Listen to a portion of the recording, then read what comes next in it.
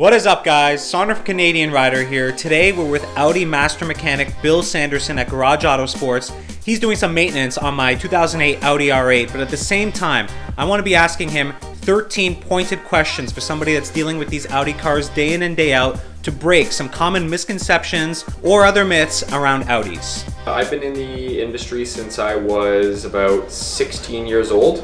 Through co-op, through high school initially. Started out building cars in my driveway, building friends' cars in my driveway and their driveways. I ended up doing a bit of engine building, and then once I graduated through the automotive service technician program, did some time at a bit of dealerships, got some experience, did some training through Volkswagen Canada, and once I was all done with that, I started this place in about 2015. So many people start their business from a passion, and you obviously started yours from a passion working with cars, so that's amazing to see. And why specifically Audis? Why did you decide to specialize on this? There's tons of manufacturers out there. Why Audi? Well, we do specialize in all European exotic makes and models. We found that Audi was a very detuned brand from the factory.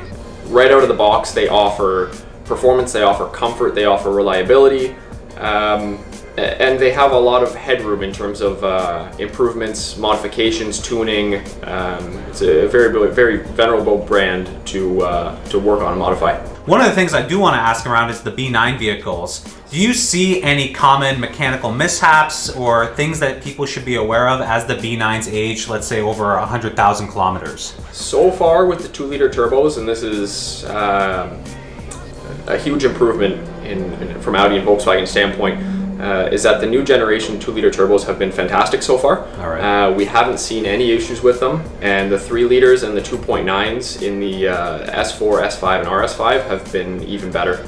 So far, no problems whatsoever, and they seem to be a great engine. I have $15,000. I want to buy the most reliable Audi sedan that's going to last me for a long time. Similarly, you guys have seen on my Lexus IS350, I love that car because of the reliability. Which Audi sedan would you say you should buy for the most reliable Audi? Now, unfortunately, $15,000 is it's a very common budget, but it doesn't put you into a great position. Now, as many people know, Audi from 2009 to 2016, the 2-liter turbos that were found in the A4s were terribly unreliable vehicles. That goes for the Q5 as well. My recommendation, if that is your budget and you're looking for a mid-range, mid-size sedan from Audi, would be to look for a good condition A6 3-liter. Anything from 2009 and up, 3-liter supercharged, very reliable engine, and honestly a great car. Okay. Well, do you know exactly what caused the reliability issues of the 2.0? They were absolutely plagued with every single issue. For everything from balance shaft issues, timing chains, the main issue was the tensioners. But after the tensioners were replaced, Audi went on to update the chain itself due to stretching issues. The camshaft brackets had an issue with where they would fall apart and pieces of the bracket would go inside the engine, and those pieces would actually work their way down to the main bearings, affect the oil system, oil pressure issues. They had camshaft issues. They had turbocharger issues, turbocharger wastegate rattle, intake cam adjusters. They had exhaust cam solenoid failures, water pump issues. They had basically every single issue, and piston rings being one of the biggest. There's large recalls from Audi for that. I personally have the conception that German cars inherently are less reliable. You guys know on this channel, I have the 2 Lexuses and I have my Audi R8, and these Lexuses are workhorses. As someone that owns these 2 cars, and I feel like it would be harder to achieve the reliability of a Lexus or Japanese car compared to an Audi, but is that thinking justified? In your experience, what have you seen actually working on these cars day to day in your shop?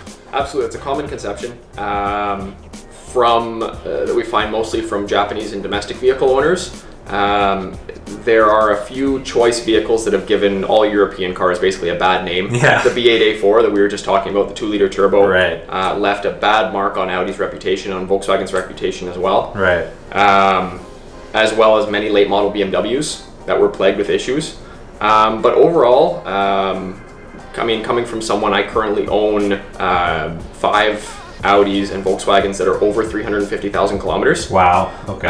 One of which is over 400. None of which have had major issues, minus basic maintenance. Wow. That I've had to do on any of them. Reliability really comes down to maintenance in the end. And I guess it tends to come from the fact that some of the maintenance on some German cars can be a little bit more expensive, and thus people tend to put the maintenance off, and that may actually come up to the reliability problems that they actually have. But that's some good insight, because a lot of the times our preconceived notions are around, you know, the one time that it's affected us in terms of the huge span. And absolutely, obviously you've had so much time with all of these cars, customers coming in. Your shop's one of the most popular shops in Ontario, so that's really good to know. Is there stuff that you'd actually recommend outside of Audi's service intervals for their cars specifically? Yeah, a big thing for us that we find is transmission services. Outside of the DSG or S-Tronic transmission range, Audi does not recommend to change the transmission fluid in any of the automatic transmissions. We found that to cause some long-term wear issues, and more often than not, any transmission issues that we get in are due to lack of maintenance. That can be solved very easily by doing a transmission fluid service between 60 and 80,000 kilometers. Generally the recommended interval. Okay. Another thing would be intake carbon cleaning. As you guys, as fans of the channel, know all about, that we normally would recommend it between 80,000 and 120,000 kilometers. If you haven't had it done, at least have it inspected. It could be causing fuel mileage loss. It could be causing rough running, misfire issues. That most of the time people don't even notice until it's done. And is that cleaning actually in Audi's recommendation for the maintenance? It is not. So that's interesting. That it's not in there. Do you have any hypothesis as to why? Maybe it's something that, like, I'm just talking out loud here.